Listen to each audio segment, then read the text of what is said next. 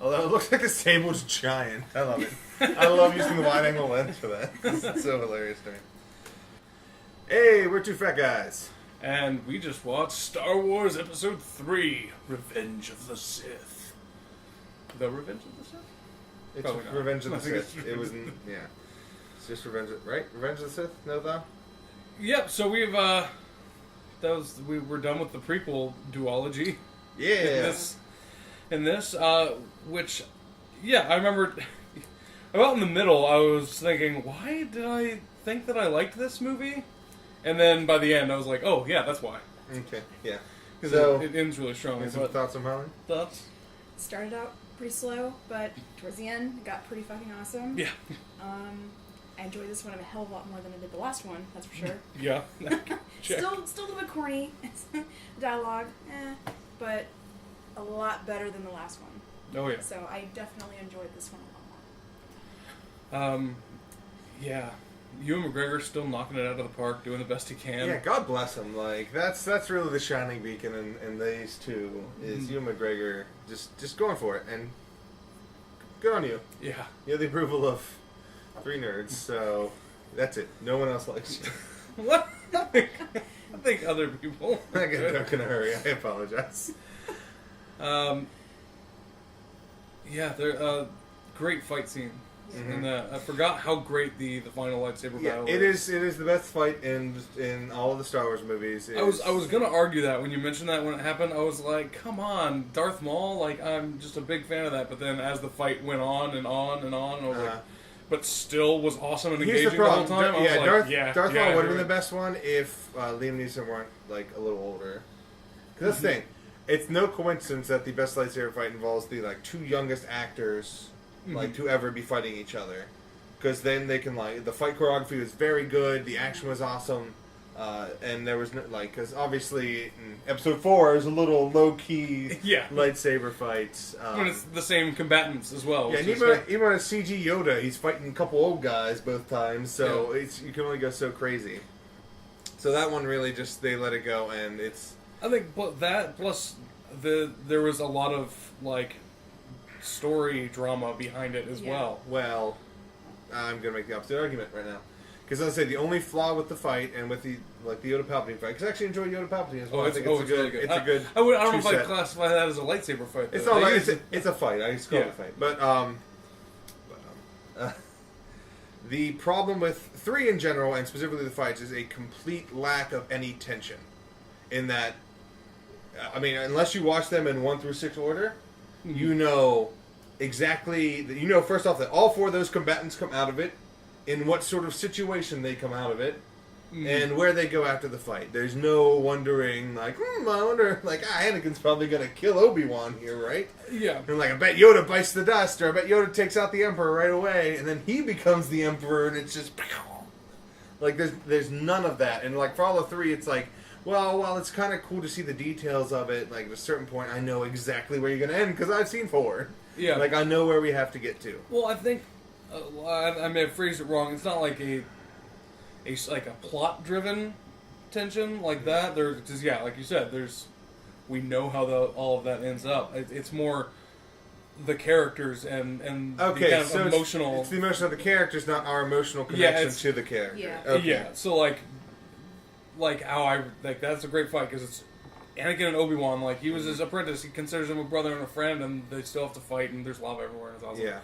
I will tell you this. But compared to, the Darth Maul fight, which is, you're the bad guy, and I guess we have to lightsaber fight you now, which also works, but there's not that emotional, connection, yes. I do know, because just leading up to, when they announced the prequel trilogy, I was excited for this fight, because, in a bunch of books and stuff, and, I know I found specifically there was, a Star Wars fan website, and, you could look at all these different gadgets and back them, and one of them was Darth Vader's suit.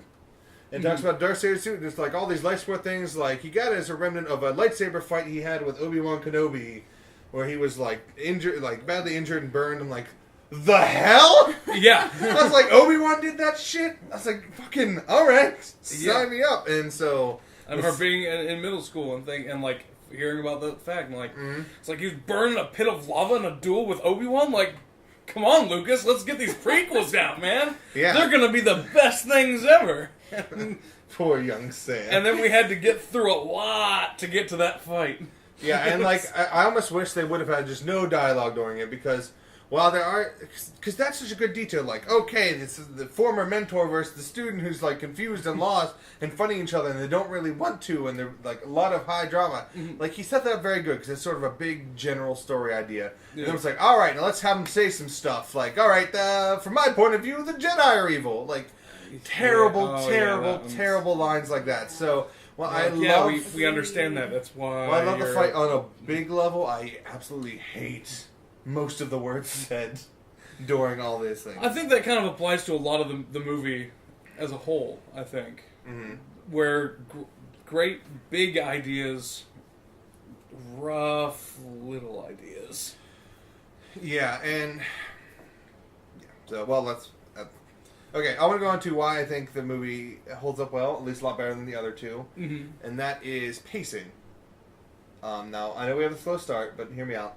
Because essentially the other ones, they try to have sort of traditional, like, okay, here's our objective for this movie, and let's take the whole plot to get there, and they were there. And, like, this is more of sort of emotional plot, like, we know we have these characters here, and we need to get them to episode 4. We need to get the ending. But, like, the beginning is like, okay, let's have an awesome, cool fight in these spaceships above it. So that was entertaining. That's right, yeah. And God, then, that was the beginning. That was so long ago. And then they hit you with, like, 40 minutes of the worst part of the film, which is just a lot of, like, oh, Anakin's whiny and emotional setup and, like, some... I'm pregnant, BT dubs. Yeah, some of the Emperor, like, oh, you should listen to me. Like, a lot of just terrible... That's racist, I think, against, like, 4 different races, none of whom were who you were being. It doesn't... Oh, it was who I was being in here. In here. So, but after that, and then it's like, okay, then it's like, oh shit, you find out he's a Sith. Well, let's go arrest him. Like, oh shit, Mace Windu's dead, and he joined him. Oh shit, now the Jedi are getting killed. Oh shit, now, like, they're going back into the Jedi Temple, and Anakin's killing all those people. And then, oh shit, now the last fight. So it's not like, okay, well, Anakin and Obi-Wan, Anakin's not evil from the beginning, and, like, it's all leading towards this confrontation. Yeah. It's, you have this action, and then, like, the just setting up crap part, and then it's like, action. And just the pacing, they're always working towards new goals and doing new things, and that's what's most entertaining about it. Yeah, you're right. Because once it starts picking up steam, it doesn't stop. Yeah, it doesn't stop. So like once Anakin finds out he's a Sith, like that's where you go. Yeah. From that point on, it's all good. So that's why I think it holds out. Although what it does poorly, and even taking a 40-minute like let's set shit up function, and he really needed 3 films to do this, is people will come to extreme emotional decisions immediately. Yeah. For example, like, okay, Mace Windu went from you're under arrest to immediately he has to be killed, and there are 0 other options here. Despite the fact that I just took out his lightsaber and melted his face, that felt very quick. Because early on he's like, you're emotional. Like, he was always very, like, he's kick-ass. And he came across like, you stay away because you're going to be too emotional about this. And, you know, and then he goes pretty quickly to, like, he has to be killed. Like, there's 0 options. For that one, I can Star Wars nerd retroactive reasoning a little bit of that. Well, here's my thinking. How come he wasn't concerned about the fact that Palpatine controls the Senate and the courts when he went to arrest him in the first place? But after he fought him for a little bit, he's like, oh, wait, now I'm concerned. After seeing your lightsaber skills, I'm concerned about how much you control the Senate and the courts. Like, I'm sure he had those concerns, but then at this point, he was just justifying. At this point, he was like, no, I'm going to kill this guy. I don't like, because it also goes to Anakin. Anakin in this movie shoots in the beginning. He's like, oh, we should arrest him. He's too dangerous. You're right. Fuck this guy. And it's like, we got to go get him and kill him. It's like, no, you're too emotional. And they show up, you better arrest him. It's like, no way. Fine, I'll kill you then. Yeah. Like... He's all over the place. Yeah, a lot of the Anakin stuff is rough, but one of my favorite bits, like trivia about Mace Windu, that's in like the books and things, is that the reason why he's the best lightsaber fighter is he uses a certain way of fighting that actually taps into the dark side, like when he's fighting. So he actually uses the dark side and controls it when he's lightsaber fighting. So it's kind of the before and after he's been in the middle of this fight, that he's kind of had this different emotional reaction. That's how I read it. And I That enjoyed is it. one example, but I mean, also it's just everyone and like all the emotional decisions and turns. No, of the yeah. characters. That's what I said. Like, only for that one, I can justify. Like- Anything Anakin does, I can't really justify. To get Anakin to be evil, they should have started in episode 1, and pretty much all they do in episode 1 is say like, "Oh, Nah, he's so cute. He's scared. I feel like he could be scared being in the city, so that's bad." And then next one is like, "Oh, he wants to bone this chick, so boning leads to evil." And then now he's like, "My wife's going to die. The only way to save her is pure evil." Like, I don't care about good anymore. I care about this one person. Yeah. And so it's poor. It's heavy-handed and poorly done. Like, Yeah, absolutely. Especially because even right after the, like, I really enjoyed the Mace Windu Palpatine confrontation, but then right after it ends, like, Anakin's like, "What have I done? I'll be your servant forever." Womp. Yeah. Like, just instantly. yeah, and he's There's no conflict, no like, oh god, Serious like I need to struggle. like take some something, time or yeah. anything. Yeah, It's like just like 2 seconds later, it's like, oh like- shit, well, better just fucking be evil now. yeah, or like if this big like emotional breakdown where Palpatine has to be like, "Get your shit together," and you're gonna be my slave. And he's like, "Fucking, you're right, I'm fine." Like that'd even be better, I think. If Rather than just sitting there going, what he's have like, I "What have I done? Yes, master." Please, I'll do anything you say now. Otherwise, now let's talk to. I want to talk about the killing of the Jedi and a couple missed opportunities. I think. yeah, some of them will go really well. There's Yeah. less so. Well, first off, they're just in general, they're far too efficient at killing all these Jedi. Like, obviously, like that's why Clayton and I would love an extra movie because I don't think it should be so easy for the clone troopers to just kill all the Jedi immediately. It shouldn't be a montage. It should be. Yeah. Like, I could see a montage of a lot of Jedi dying with Episode 2.5, The Hunting of the Jedi. 3.5, but Well, yeah. Anyways, that's not fine with you. But in the Jedi Temple, there were some good things. Like, I love the little kid who fights and like kills like 8 stormtroopers because he's a Jedi, even though he's a like he was Yeah. like probably like man, 13 or 14. he was going But at the places. same That time, kid, earlier there was another Jedi that was just right when they were like oh, that, taking over, and he just turned around, he deflected a couple of them, then all of a sudden, just like less than what that kid was fighting, they took him out, and it was Yeah. like the fuck, and then this little badass kid is like, yeah, I'm gonna fucking. Well, the kid had the element of surprise. That's true. For his, but Yeah. Yeah. like, see, that was the guy with the big pointy head kid in the movie. Like, he at least blocked a couple. There was a couple other Jedi in that montage who were like, "You're turning on me, pew pew! Oh no!" Didn't even But get a chance to Seemed like react. it's sort I of think down I don't know if there. anyone else noticed this when Anakin walks into the room with the younglings, which is apparently the other word kid or children in this setting. But when he walked in the room with all the kids and they come out and like, Anakin, what are we gonna do? And he turns on his lightsaber. Did anyone else notice that little kid had a lightsaber in his hand? And did no one else want to see that happen? Like these 20 little kids just go, fuck it, we're not going down without a fight. Fuck this guy. And just 20 little bastards going after Anakin.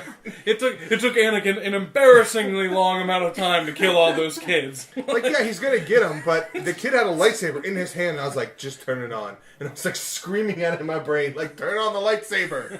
Like, even if it's just a shot, he's like, no, not you too. Or Fine. if, like, it was just so quick that, like, on a Blu-ray you could pause it and just see, like, the last second, just like a like, just Like, that kid's alright. just That kid's starting. been trained.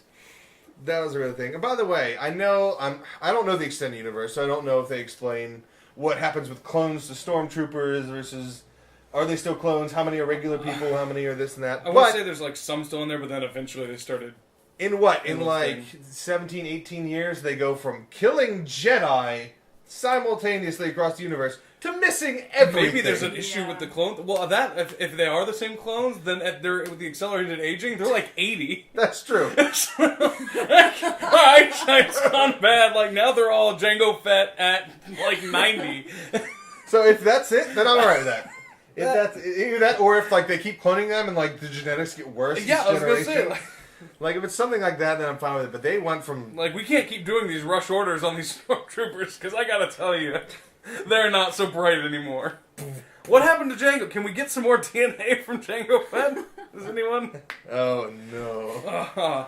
Well, how about his son Boba? He has a son here. Oh, he's on Tatooine. I'm gonna give him a call. Oh, you have him on the Star Destroyer right now? Can you just like get a little bit of blood or something? He just left. Just stick him. Oh. He just left. Okay, so now I want to talk about how they connected these to the original trilogy. And Clayton and I talked about it a bit while doing it. Clayton pointed out correctly that they made the mistake of thinking the best way to make it feel like it was connected to the old movies is to shoehorn a bunch of direct, specific references to it. Chewbacca. The worst of which is Chewbacca. Like, you know what? I can see the second I saw Wookiees, I went, Chewbacca's awesome. I did not need to hear Chewbacca's name. I immediately remembered Chewbacca. And then Yoda practically winks at the camera when he says Chewbacca's name. He's like, I miss you, I will. Chewbacca. Wink. Just stares, like 5 seconds. That would have been a good time for us both to It's look at the Chewbacca? action camera. That's Chewbacca? Which action camera? That one? That was kind of bad. That was super bad. And they did terrible things. However, they accidentally, I think they didn't realize how good the little things they were. Because I was in love with the Alderaan ship. Which, like, the hallways were very close to what the hallways were in episode 4. But, the super clean. Yeah, like the super clean white sort of, very lots of squares everywhere, hallways from episode 4. And I really love that. And small little things like that I really enjoy. And they did all these very heavy-handed references, which were poor. Even including Boba Fett as part of the back history for the cloning of... Yeah, that felt very heavy, because it was very quick. Like, why does it matter that he's the one that the clones came from? Because Boba Fett's really popular. And, that's what it is. And Boba Fett's really popular. Like, we got to make sure we mention him, or people aren't going to be happy. I'm like, you know what? You should do it if it's a good story. Not that George Lucas would know a good story if they on the ass. And I love Boba Fett. I'm a big fan of his. Love the design and the attitude of the character. Mm-hmm. But I feel like a lot of that stuff was a bit much. So that's here's a question I have. Did they investigate the clones in between episodes 2 and 3? Because I feel like they would go, all right, now that like we're fighting the Separatists, but we should really put a research team on finding out who ordered these clones, where they came from. You might have found. You don't ask too many questions. We're getting a whole bunch of free clones. Apparently, they paid up front, so we're super glad. Well, I'm saying you might find out things like, oh, they're all programmed with an order that's kill all the Jedi. That might have come up in your research. No, yeah, we mentioned that. We gave you those forms. Did you not read? You hit agree on the electronic fucking the end user agreement. Like, yeah, it feels like there's all this unanswered questions of this very terrible plot. Which, yeah, by the way, so apparently, as far as I can tell, Palpatine, and I don't even know what Dooku know, because fucking he gives no emotional reaction when he's about to be killed. So either he's such a zealot, he's like, yes, I must die for the cause. He gets a little like, the fuck, like, except he doesn't say like, hey, you're betraying me, my evil lord. Yeah. So either he doesn't know that Sidious is Palpatine, which, come on, buddy. or he just was too stupid to talk right then, or he's just such a zealot to the Sith cause, like, yes, if I die, then this great power will rise up for the dark side. Those are the only options I see, because right now, as far as I can tell, Sidious ordered an army, and paid for it, like, years ago, so that way, like, once he was Chancellor, he could start a fake rebel group to rebel against him, which would give him an excuse to order this army that he didn't order, the Jedi happened to do, and well, since the Jedi got into this army, I guess we'll use it, and now that I have this army, I can use this army to kill the Jedi, and hey look, all the enemies are gone, and now we're an empire. Like, it's the worst plan ever! And it seems like he just fell ass backwards into success. Yes. Though, in going a little bit back to Dooku, he did just get his hands chopped off, so he was in probably a little bit of shock. I feel like he didn't scream, though. Shock. He had a blanket. Anakin also took a while. He was standing there going, I don't know, maybe I shouldn't do this. And Dooku's master is 2 feet from him going, yes, kill him, do it. How's that? Yes, kill him. Did he make that face too? Yes, he did. She was very good. Good, Anakin. Now you must end him. I don't think that's right. Do it. Yes. No, yes, totally. He can destroy everything. Well, I suppose I'm a frail old man. Unlimited power. Like, it's... I unabashedly really like that line. I don't know why. I mean, it could be nostalgia. I hate the voice change. Screaming unlimited power while zapping Samuel Jackson out of a window. Like, I'm kind of okay with that. I hate the voice change. I hate the face melt. I don't like the face melt. I'm fine with the voice change. I am staunchly against those. Like, I really don't know what the thought was. Only the original Emperor looked like some weird tree person, like with bark face in my mind when I was a kid. That's what I remember. And they're like, well, he has to have like weird super lined face, right? So I guess lightning melts his face, and I'm like, if you're gonna update the old ones, just have his face not melt. Like, just give him an old dude face. That could work. So that baffled me. The no. Which is so bad. I mean, maybe it's weird because I thought that I was almost leaving my lips was saying that I thought James Earl Jones was doing a really good job with the first few lines that he had, and he did do a good job. Yeah, like it sounded like he was just kind of figuring out this new voice, like still in pain. It was Darth Vader-y, but it was still also a little bit Anakin, which I really enjoyed. And then it was when he found out about Padme. It was the like, I couldn't, like, what, I didn't. I thought she was alive, like that. And then the no, and I'm like, what happened? Did they run? Could they not pay him anymore? He did the one take. And they're like, our budget isn't enough. And they're like, what? It's Star Wars. You have unlimited budget. Like, I wonder if, and I don't have any facts to back this up. I'm wondering if they had, fucking what's his name, Anakin. What's the kid? The kid who played Anakin. Jake Lloyd? No, the guy, the one who Hayden was Christensen. That's the one. Okay. I wonder if they had Hayden Christensen like read all the lines for him. Like, okay, here's how I would say these, and then had him like deliver it like that. I wouldn't. That's implied. You couldn't. She was alive. And like James Earl Jones is pro. He's like, this sounds dumb as shit, but if it's what you want, I'm gonna do it. I really like that theory for one reason, because it takes the blame off of James Earl Jones, which I'm totally cool with. And it just places more blame on Hayden Christensen, which I'm also okay with. I know apparently Lucas doesn't think the Force works this way because he thinks it's all good, but I don't know if the Jedi are aware of this, but 2 Sith survive, 2 Jedi survive, sounds balanced to me. Like, yep, oh, okay. Good, we had way too many Jedi, and we didn't want to have all those Sith. That That's what I was going to say, like, oh, he'll bring balance to the Force. Like, wait, isn't it super off balance towards the light side? Maybe don't train this kid. Yeah, like, you guys are winning right now. You should kill him immediately. Yeah. Also, I know everyone in the universe and the internet has complained about it, but hidden and you hide him under his father's name with the father's only relatives on his home planet. It's a little dirty. What do you think? And you change your name to Old Ben from Obi-Wan? I don't. He was senile at that point. He was in shock. A lot of shock. Too much. It baffles me. I am forever baffled. But good news. We're about to watch Return of the Jedi.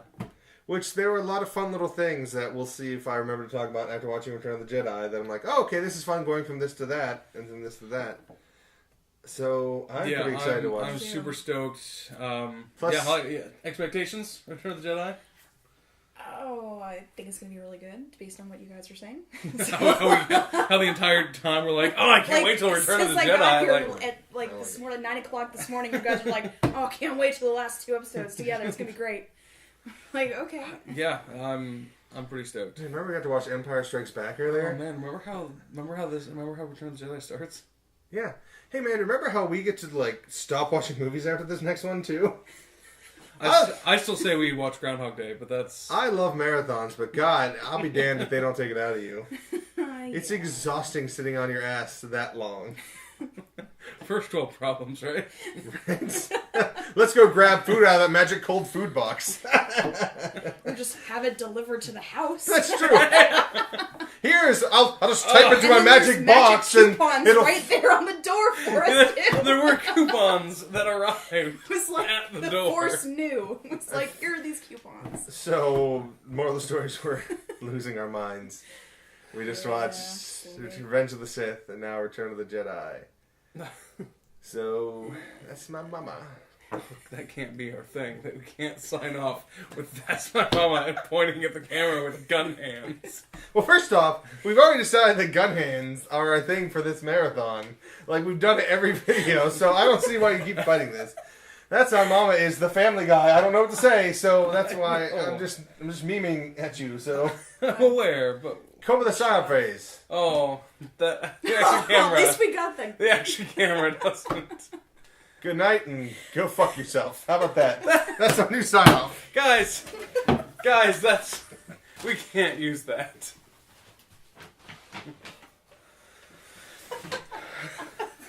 I'm pretty partial to good night and go fuck yourself. Yes, me too.